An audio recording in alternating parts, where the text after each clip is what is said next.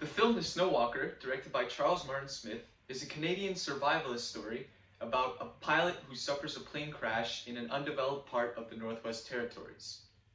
He must then use his intuition and the limited amount of resources available to him to find his way back home. The film actually begins with the final scene and what the viewer can interpret to be the protagonist's atonement with the father, but more on that later. After this brief foreshadowing, we are introduced to Charlie Holiday, a Canadian ex-World War II fighter pilot. Seeing as the character is already portrayed as an adult, we are not given any insight into his birth or youth.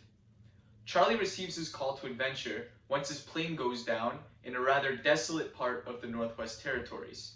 His quest then becomes the search for survival, fight for survival, and the search for civilization.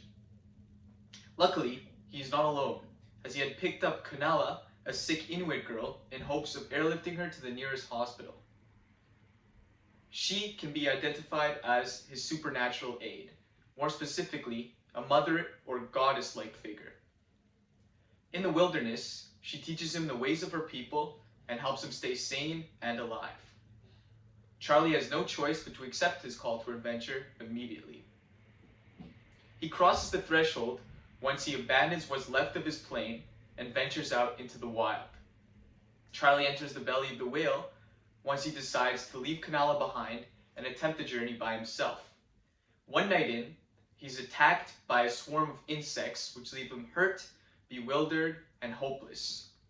Kunala tracks him down, tends to his wounds, and thus begins his trials and tribulations. Charlie has many obstacles to overcome before he can complete his odyssey. At one point, Kunala leads him to a large gathering of caribou, and Charlie immediately understands that he must kill one and use its remains for food and clothing. He struggles with the hunt at first, but eventually catches an animal off guard and plunges his spear deep into its throat. He then collapses to his knees victoriously and helps Kunala prepare the beast for supper. Charlie also must learn how to fish using nothing but a wooden stake.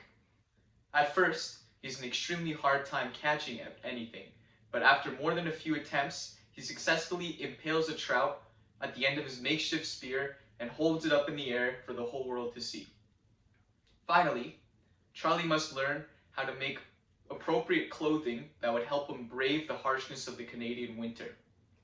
Near the beginning of the movie, Charlie's boots get all worn out and he needs Kunala's help to insulate them in order to create a watertight seal. However, near the end, Charlie is seen wearing his own creation, a large fur coat made from the pelt of an animal that he had killed before.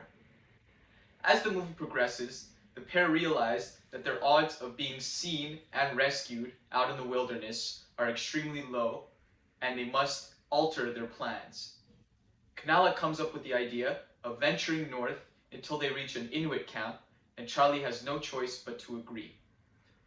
Charlie's true test comes near the end of the movie when Kunala finally succumbs to her illness, leaving him to fend for himself. Luckily, he stays true to her lessons and successfully completes his journey by the dead of winter. The film ends with the scene of Charlie approaching a prominent Inuit leader in what we can only assume to be the atonement with the father. The nature of this ending means that the monomyth quest is cut short before we get any insight into the apotheosis or the ultimate boon, respectively. Thank you.